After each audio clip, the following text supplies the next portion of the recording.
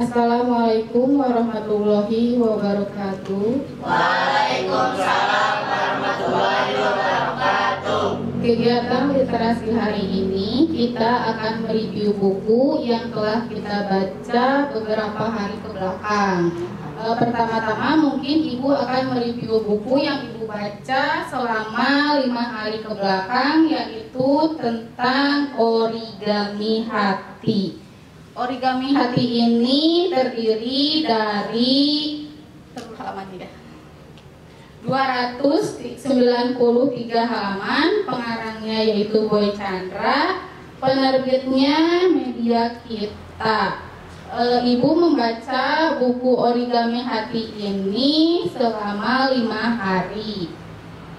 Yang Ibu baca ini Ibu dapatkan yaitu tentang bahwa Aruna itu adalah seorang anak piatu yang ditinggalkan ibunya. Dia tinggal bersama ayah dan neneknya di Padang.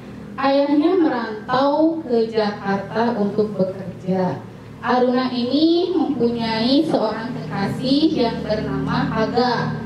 Dia pacaran itu dari kelas 2 SMA sampai dia kuliah semester 1 dan 2 tahun pertama mungkin ya. Di tahun pertama dia menemukan dalam perjalanan percintaannya sama si Haga ini, si Haganya selingkuh. Nah, si Aruna ini kan diselingkuhi nih sama si Haganya selingkuh sama Olive namanya ceweknya. Aruna cukup putus asa karena pacarnya selingkuh. Nah, dari perjalanan cintanya selama 3 tahun itu, Aruna menceritakan keluh kesah bahagia senangnya dalam bentuk origami hati. Origami hatinya itu dimasukkan di dalam sebuah toples. Nah, semua keluh kesah Aruna itu dimasukkan ke sana. Setelah berjalan beberapa bulan, ada sosok laki-laki yang bernama Bagas. Bagas juga adalah laki-laki yang patah hati karena pacarnya itu meninggal dunia ketika di atap kampus kan suka ada tuh ya, atau apa sih namanya pokoknya di atap kampus gitu. Setiap malam pasti ke sana untuk menikmati senja. Karena pacarnya Bagas itu bernama Anila. Anila ini senang dengan suasana senja, terbenamnya matahari ya. Anila suka. Pada saat itu terjadi gempa bumi guncangan yang sangat dahsyat. Jadi mereka tidak sempat menyelamatkan diri. Anilanya itu terjepit oleh antara tumpukan bebatuan, runtuhan gedung. Sedangkan Bagasnya selamat. Nah, di situ juga Bagas ada rasa trauma karena takut gitu kan, takut akan membangun atau sebuah perasaan lagi, memulai sebuah perasaan lagi. Tetapi ketika melihat Aruna di awal ketemunya Bagas dengan Aruna itu di pantai, ketika Aruna menikmati senja, disitulah Bagas mulai mencari tahu tentang Aruna seperti apa. Singkat cerita, Aruna dan Bagas itu ya mulai menjalin suatu hubungan, tetapi Haga muncul kembali di antara mereka. Nah, Bagas itu bicara ke Aruna, silahkan kamu menyelesaikan masalah kamu yang belum selesai. Karena Aruna bilang ke Bagas, aku sudah tidak mencintainya, tapi aku rindu akan Haga. Mungkin ada sedikit perasaan yang masih mengganjal di hati Aruna. Dan akhirnya di situ Aruna bukan meninggalkan Bagas ya, tetapi pergi untuk menyelesaikan permasalahan hatinya. Akan seperti apa hatinya? Nah, di situ Aruna selama seminggu itu menemani Haga makan malam, jalan-jalan ke mana lah gitu. Setelah menemani Haga, Haganya mencurahkan lagi bahwa dia ingin kembali lagi ke Aruna. Dan Aruna menyadari bahwa sosok yang dia cintai sekarang bukan Haga, tetapi Bagas. Dan di situ Aruna membeli kembali ke Bagas. Mungkin singkat ceritanya seperti itu. Apa ya hikmah yang bisa diambil bahwa kesediaan itu sangat berharga, jadi tidak bisa disia-siakan gitu. Apalagi perjalanannya hampir 3 tahun lamanya loh gitu hubungan ini. Jadi sebisa mungkin harus menjaga kepercayaan pasangan, harus setia, jujur, yang paling utama itu harus jujur. Itu mungkin yang Ibu bisa reviewkan dari Origami Hati ini. Sekian novel yang Ibu baca reviewnya, yaitu sekarang Iqbal.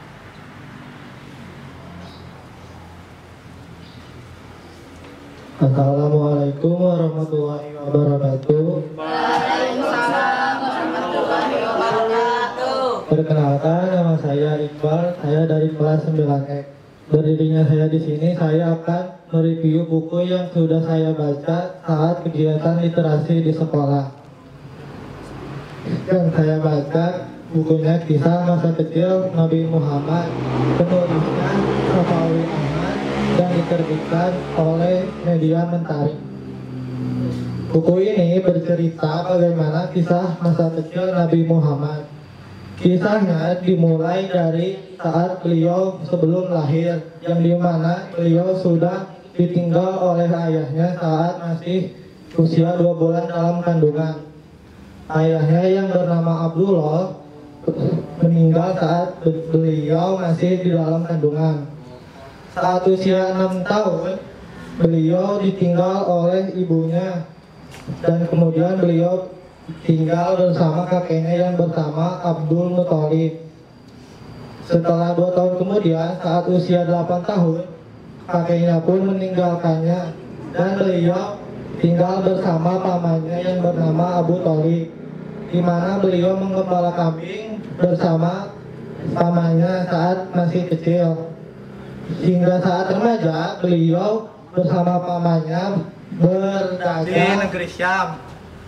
Kisah buku ini juga menceritakan bagaimana pengalaman hidup Nabi Muhammad SAW, dan buku ini juga menceritakan siapa saja orang-orang yang mewarnai hidupnya sehingga beliau menjadi orang yang berakhlak mulia serta dipanuti oleh segenap manusia. Pesan moral yang dapat diambil dari kisah masa kecil Nabi Muhammad ini, kita dapat meneladani sikap kesabarannya yang sangat besar ya, yang diberi ujian oleh Allah, beliau melewatinya dengan kesabaran yang penuh. Sekian dari saya. Wassalamualaikum warahmatullahi wabarakatuh. Waalaikumsalam.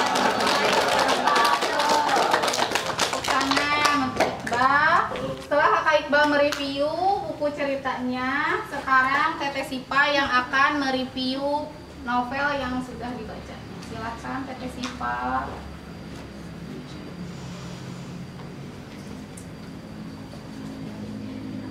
Assalamualaikum warahmatullahi wabarakatuh. Waalaikumsalam warahmatullahi wabarakatuh.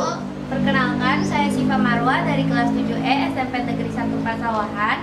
Di sini saya akan mereview buku yang telah saya baca selama 5 hari ke belakang dengan judul Kado Terbaik, yang ditulis oleh Z.S. Hairen dan diterbitkan oleh PT Gramedia Widya Sarana Indonesia.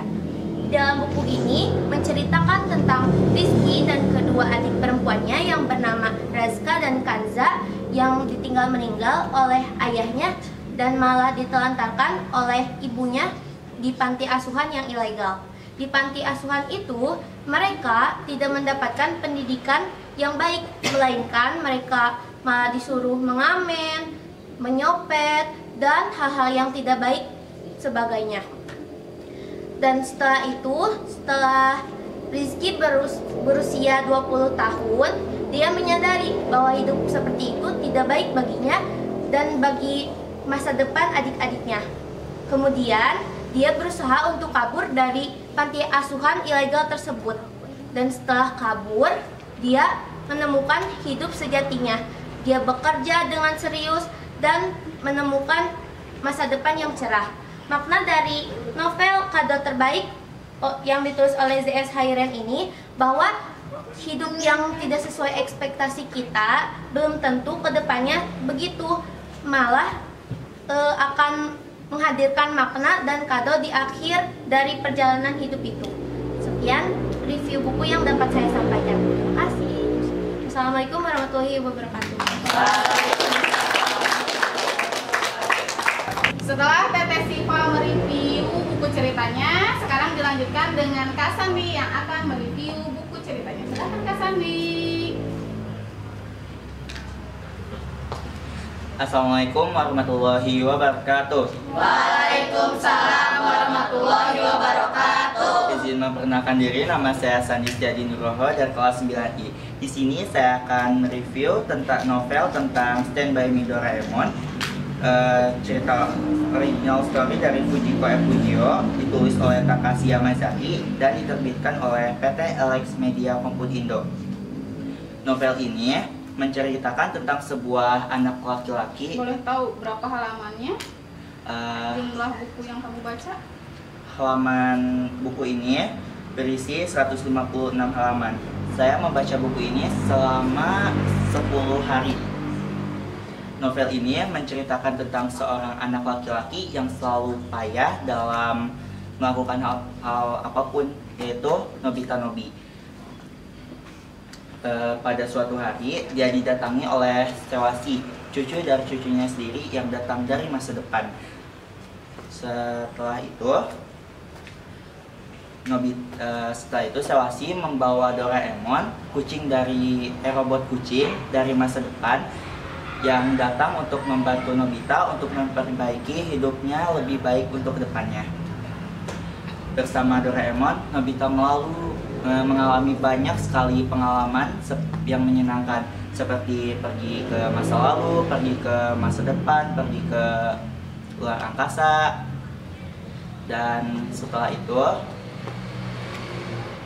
Nobita lebih bertanggung jawab dan lebih berani. Pesan moral yang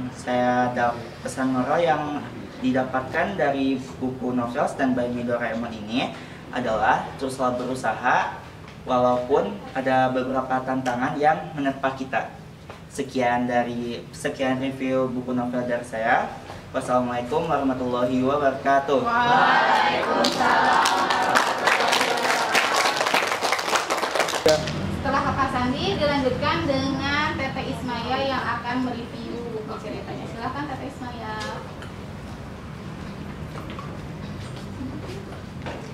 Assalamualaikum warahmatullahi wabarakatuh. Waalaikumsalam warahmatullahi wabarakatuh. Izin memperkenalkan diri, saya nama Ismail Falbi dari kelas 9D. Di sini saya akan mereview buku yang saya baca, yaitu Sandy Style. Novel ini menceritakan tentang seorang siswa SMA dengan segala kisah kasihnya di sekolah. Sandy Style, karya tulis Sirhayani yang diterbitkan oleh Grasindo dan telah dibaca lebih dari 3 juta kali di Wattpad. Sandy merupakan siswa SMA petakilan yang hobi menggombal gadis-gadis di sekitarnya. Namun, dia tidak pernah memiliki hubungan dengan gadis-gadis tersebut, kecuali satu, Mira. Dia melakukannya tidak lain hanya karena iseng. Seperti kebiasaannya, ia juga mencoba mendekati siswi pintar yang pemalu, yaitu Safa. Namun, tampaknya Safa tidak seperti gadis-gadis lain yang langsung meleleh saat digombali. Hal itu membuat Sandy tertarik dan ingin lebih dekat dengannya. Dan pada akhirnya, Sandy benar-benar jatuh cinta pada Safa. Semengindah apapun Safa, nyatanya tingkah Sandy membuatnya jatuh hati juga. Walau ia pernah sedikit mempermasalahkan hubungan Mira dengan Sandy yang dulu. Namun, saat Safa menerima cinta Sandy, dia harus pindah tempat tinggal. Kisah ini berlanjut di novel keduanya, yaitu Safa Story, yang mana berfokus pada kisah kehidupan Safa di perkuliahannya, yang ternyata juga pertemuannya lagi bersama Sandy.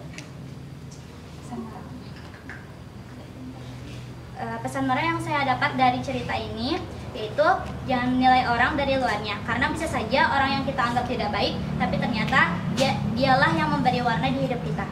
Sekian dari saya, terima kasih. Assalamualaikum warahmatullahi wabarakatuh. Waalaikumsalam warahmatullahi wabarakatuh. Setelah Teteh Ismaya menyampaikan review buku yang dia baca, sekarang Kakak El akan menyampaikan reviewnya. Silakan Kakak El. Assalamualaikum warahmatullahi wabarakatuh. Waalaikumsalam warahmatullahi wabarakatuh. Izin memperkenalkan diri, nama saya Elsyara Mikail, saya dari kelas 7E dan saya akan mereview buku tentang Putri Salju. Putri Salju ditulis oleh Sorata Akijuki dan penerbitnya adalah Media Puspataka. Putri Salju adalah wanita yang sangat cantik dan sangat putih. Dia sangat cantik sampai kerajaan-kerajaan lain mengenal dia. Nah, suatu saat ibunya meninggal dan ayahnya menikah lagi dengan ratu yang baru. Ratu yang baru itu sangat cantik, tapi ratu itu ternyata adalah penyihir yang kejam. Nah, ratunya bernama Ratu Elvira, tapi sifatnya penuh iri dan dengki, hanya mementingkan dirinya sendiri. Ratu Elvira mempunyai benda ajaib yang paling disayanginya, yaitu sebuah cermin ajaib. Setiap hari ia bertanya pada cermin ajaib itu, "Wahai cermin ajaib, siapakah wanita paling cantik di dunia ini?"